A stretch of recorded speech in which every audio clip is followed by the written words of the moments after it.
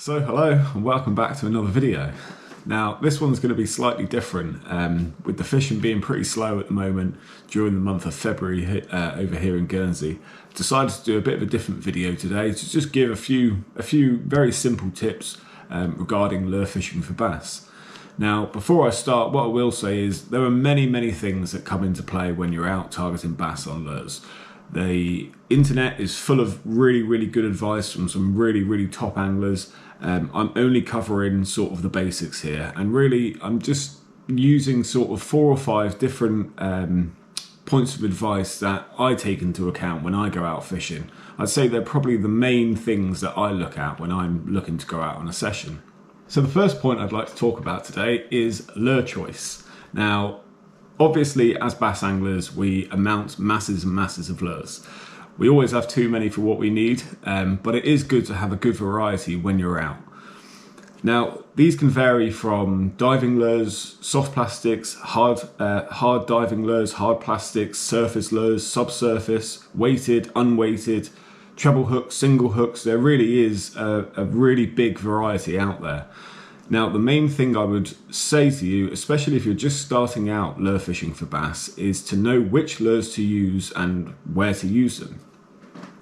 Now, when I first started fishing for bass, I used to use this lure here. This is a Sidewinder Skerry, 25 gram. I think they're 4 or 5 inches long. A really fantastic lure, and that will definitely catch you bass. Now, when I first started, I didn't know much about fishing whatsoever when it came to fishing for bass. I used to fish these lures everywhere. So deep water, shallow water, rough ground, over sand, you name it, I was using them. Needless to say, I lost quite a few. This is before I became aware of using things like shallow divers, which are lures similar to this one here. Now this is an IMA Suzuki 140, a shallow diving lure. Now, when I was targeting areas which are very shallow, sort of 2-3 foot of water, and very snaggy, which can be reef and rock or kelp and weed, I was losing a lot of the skerries. So once I became aware of these shallow diving lures, it really did change a lot for me. I know that will sound really obvious, but to anybody who's just starting out, you know, we all see it when we're out. We see lures snagged up. It happens. You are going to lose lures when out fishing, but you can prevent that by using the right lure at the right place. So if you were targeting shallower ground, then obviously I would say use something like a shallow diver, something that's going to swim no less than a foot deep. 30 centimeters is a good one, or a subsurface lure, which just swims just below the surface. And obviously you can use a surface lure as well. Now, during the summer months, a surface lure would be my main lure to go to, first of all when out fishing, especially early in the morning and last light.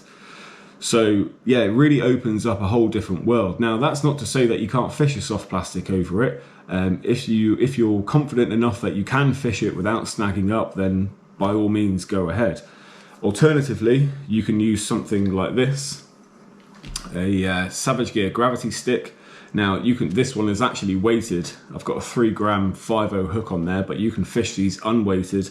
You can fish anything like a stick bait like that. This is an Evo Bass Launch. These are absolutely brilliant for running over shallow ground, and they really do swim very shallow. You'll be very surprised at the type of ground you can fish over with a lure like that. You are going to lose some every now and then, but they're designed for that. They're made for that, and so therefore if there are fish in that area at that time, you're more than likely going to catch them. Now another thing to take into consideration with lure choice is colours. Now we all have our favourite colours. Me personally, I prefer natural looking colours. A massive fan of sand eel imitation lures, whether that's hard lures or soft baits. A really big fan of mullet as well, or sort of little just brown and sort of greeny tinges to them, like little baby pollock, anything like that. Any gobies or blennies or anything like that the bass might be chasing in. So I tend to stick to natural colours. However, bright lures do work as well. Bright lures can be very effective during a bright day, in fact, which sometimes doesn't make too much sense, but on a really bright day, a nice bright lure, especially like a white or a yellow or something like that, can really pop out. Now, it's good to have the same lure in just 1 or 2 different colours. You don't need to go and buy all 10 or 15 different colours in that one style of lure, because it will soon add up in a lot of money. But it is good to have just 1 or 2 colours in each sort of lure, just so you know that you can switch it up every now and then. Sometimes it's a confidence thing. You can be throwing out a lure, say for instance a white lure or something, and you're not catching on it. You switch over to a darker lure, say a black or a brown or something like that. All of a sudden you start catching. Now, if you want to find out whether it is the bass that are just interested in that colour, switch back to the white one and see if you can catch on that. It is surprising sometimes that the bass will just hone in on one particular either style of lure or colour of lure. So this is a really good reason to make sure you always carry a variety with you, just so you can cover all bases. So the next point I'd like to touch upon is scoping out fishing marks. Now, this is a really popular thing. There's loads and loads of advice online, on forums and on YouTube and through people's blogs about this type of thing, but it really does pay ends to really check out the marks you're fishing. Now, if you get big tides or just any low tide, head down to that mark, whether it's a beach or a rock mark or anything like that, and scope out the ground on the biggest tide, the biggest low tide you can get. This enables you to just know what you're fishing over. If you're fishing that particular mark on the flood, you can see what you're fishing over. Are there gullies there?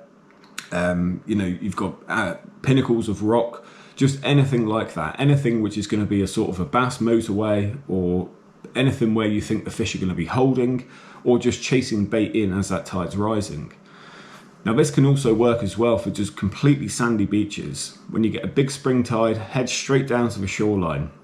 Scope out the ground down there. Are there lugworm beds, ragworm beds, razor clam, gaper clam, any sort of clams just scattered on the sand? What you'll find with things is when you're bait fishing sometimes, obviously if you find a razor bed and you're going to use razor fish, it makes perfect sense. Plant that where the razor are, and if the fish are there, they're going to take it. However, what you can find as well is you get lots and lots of sand eels, especially over here in Guernsey. Just 2 or 3 weeks ago, I was out digging razor clam and gaper clams, and in every other dig, I was digging up little no bigger than 3, possibly 4-inch little juvenile sand eels. Now, later that night, I went back to that mark. I was using gaper clam and razor as bait, but I ended up catching bass. So you know that if you were to fish the tide down, when it gets back to the low water mark, if you use a small sand eel imitation lure, exactly what you would be matching the hatch, as they say, you're probably going to hook into some fish. So this is why it's just really handy to know what's on the beaches. Also on the sandy beaches as well, you can see any deep impressions in the ground. So if you're going to, say, plant a bait there, if you're bait fishing, obviously, you know it's going to roll about and into that little gutter, and most of the time that's where the fish are going to find it. You can also target those areas with lures if you know there are drop-offs on the beaches. One particular mark I fish over here, I always fish on the ebb at night, because the beach slopes off by about 2 or 3 feet, and when the tide gets to a certain stage, the fish just sit on that little ledge there. So each time you cast the lure out, you're bringing it in, it's always the same spot you're picking them up. So it's just really good to know what you're fishing over. There's no point imagining it. You have to go and physically see it for yourself, so you can anticipate and visualize what your lure is doing in the water and where it is, and try and pick out where the fish are. Now, another great thing to do, this is still regarding scoping out marks, is actually foraging. Again, on the very low tides, go and have a wander around the rocks. Take a little net with you if you want. You'll find prawns, you'll find little blennies and gobies and everything like that. You'll see bait fish in the water. You'll find crabs and lobsters, shellfish, anything like that. So again, at certain marks, there'll be one specific thing, maybe quite in abundance. So you know that if you imitate that when you go and fish it, or just even know where that area is, even if it's just crabs, lots of hardback crabs there or something, the fish are going to be finding them. So if you cast a lure next to it, okay, they might not take it if they're just hard feeding on the crabs, but you know that that's probably the area of where those fish are going to be. So if you know what they're feeding on and where, that can just help you so much. And also when you're walking around the shoreline on these big low tides, you may see just shells on the beach. Might be razor shells, might be scallop shells, might be mussels, could be absolutely anything. So obviously these are going to move about in the tide, but that also gives you a nice indication to know what food is available close by in that vicinity. Now obviously it could not just be available in that exact spot because it's going to be moved around and those shells could be quite old. However, probably going to be close by, so that's another thing to just be aware of. So the third point I'd like to touch upon is swell charts. Now obviously as anglers we're always watching weather. Every single day we're always watching the weather, even if you're not fishing. It's just good to know what's coming anyway. What's the wind direction? You know, what's the speed of it? What's it going to be like the next day? What are the moon phases? All of these things can come into play. One thing that does help a lot is there's a very popular site called Magic Seaweed. Now websites like this give you all the swell charts. They'll give you wind as well, but they give you all the swell charts. So it will normally updates by the week. I think they'll give you a 7 or 12 day forecast. So it's good to know when that swell's coming. If you're fishing particular marks, especially a lot of the guys in the UK do a lot of surf fishing. So to know when the swell's coming can really, and what type of swell it is it going to be really, really heavy? Is it clean? Is it, you know, just anything? Is it going to be choppy? Well, it depends what the wind direction's doing as well. Is it onshore, offshore? So just by keeping an eye on all of these things, you can plan your next session by looking at these things on the internet. Now, fortunately for me, I have a couple of friends and my brother is a surfer over here. So it's good to get in with the surfers. They're always checking the swell, always checking the swell. So when there's a big swell arriving, you're always going to find out about it. They'll tell you what beaches they're planning to surf because of the whatever angle that swell is coming. Different beaches surf differently at different times. They'll also obviously tell you about the wind as well. Now I'm not 100% sure on this, but I believe the surfers prefer an offshore wind. If the wave's coming in like that and the wind is pushing against it, it makes a cleaner wave, therefore it's nicer to surf. A fisherman also will like an offshore wind because they can just cast, they'll have the wind behind them. But I know a lot of the guys fish on an onshore as well. So yeah, sites like Magic Seaweed. I know there's also Wind Guru as well, which will tell you obviously the wind directions and the speed and strength of it.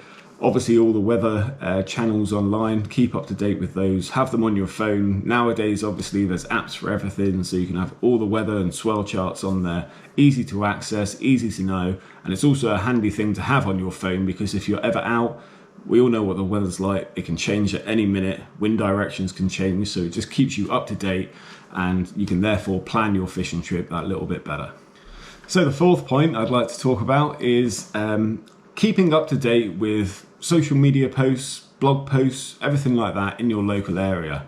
Obviously, sometimes fishermen can find it difficult. Sometimes you can not catch. Me recently over here, the last 2 weeks has been really, really quite tough. I've had a couple of fish here and there, but really, really nothing to write home about. I've certainly had more blanks than I have been catching.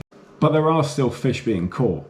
So things like social media posts can just keep you up to date with who's catching, maybe what lures they're catching on. I'm not saying you can poach their spots, but I mean, here in Guernsey, sometimes you can tell by the rocks the fish are laying on, just at least which coast it's on. So it gives you a rough idea of sort of where the fish may be. Maybe you're targeting the wrong areas. Maybe you need to try a different coast, just anything like that. So keeping up to date with social media posts or Facebook groups in your local area can really be beneficial. Now also there's a load of good blog posts out there as well.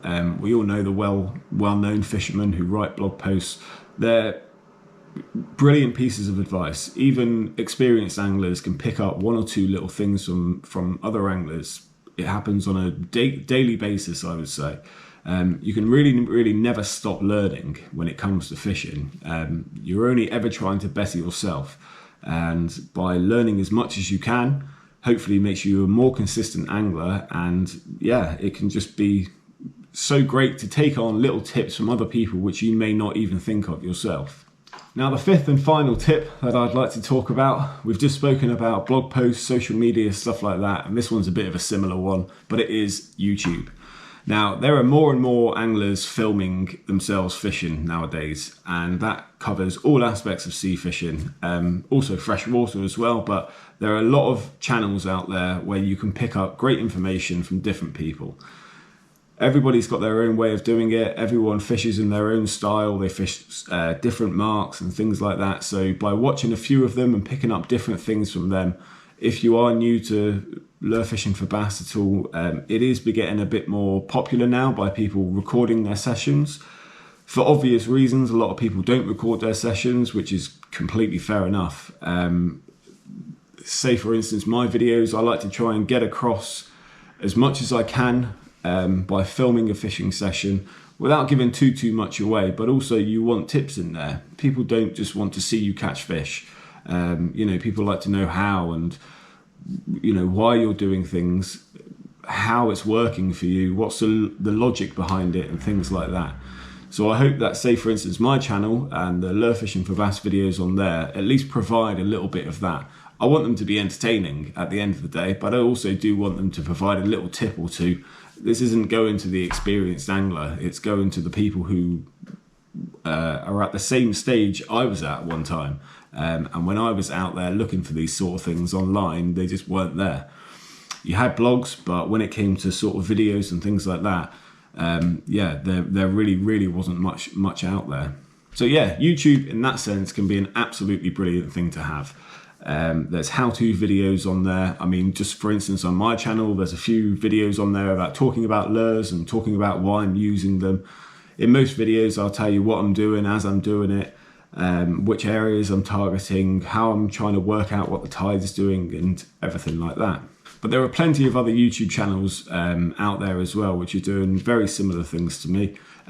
They're all beneficial to watch. A lot of them are very enjoyable. So maybe I'll leave a few in the description of this video of just the ones that I happen to follow.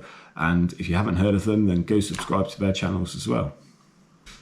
So that's it. That's just 5 simple little things to hopefully help any other angler out there who's just getting involved in lure fishing for bass. I know I've only covered the basics and I haven't gone into too much great detail. There are many things I could talk about, and there are many I could talk about just one of the points I've been speaking about for an hour on end, but I don't want to keep the video too long. Obviously you can go out, you can do your own research, but there is really nothing more important than being out there yourself. You can watch videos, you can read magazines, read blogs, but you will learn the most when you're actually out there targeting fish yourself. You'll learn from the blanks, you'll learn when you're catching, you'll learn when you've had a nightmare, and you'll learn when it's been an absolutely brilliant session. It all wraps up into one. And over time, you'll start gaining more and more experience, you'll have more confidence, you'll start knowing about how different lures work and when to use them, which areas to target, which states of tide are best at certain venues, why other states of tide aren't great. The direction of the tide is always changing. It plays a massive part when fish are feeding, basically. So you'll pick up things like this as you go along. Now, this video is just intended to give 1 or 2 tips out there if you really are new to fishing. So I hope it's provided a bit of help for you. I may do another video like this in the future, but go into a bit more detail. There is another one on my channel already about top 5 lures to use, which to this day I still carry those exact 5 lures. So if you haven't seen that, go check that out. It's also a video about working a surface lure on there. I had a few people ask me about that when they were first getting started, so that video is also on there as well if you're new to that. And of course there are plenty of other just lure fishing for bass videos on there. It's definitely my main passion out of fishing, without a shadow of a doubt. I absolutely love it. I'm always learning. Some weeks I love it, some weeks it drives me crazy and I lose sleep over it, but it's the same situation we're all in. But when you get that enjoyment of catching some fish and knowing that you've put the effort in, put the work in, and it's all paid off, it's all definitely worth it. So anyway, thank you very much for watching this video. I hope it's been helpful.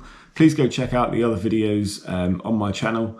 Consider subscribing if you're not subscribed already. As I said, I'll leave a couple of the other channels in the description of this video, so feel free to go check those out too. But until the next time, thank you very much. I'll see you on the next one.